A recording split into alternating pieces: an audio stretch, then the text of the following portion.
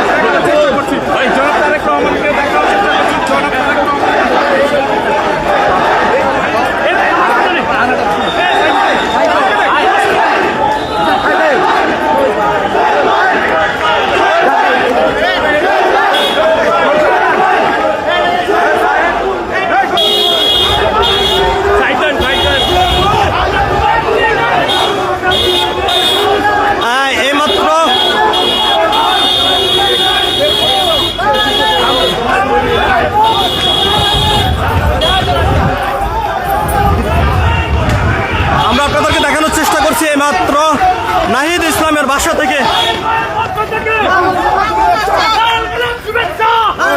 পক্ষ থেকে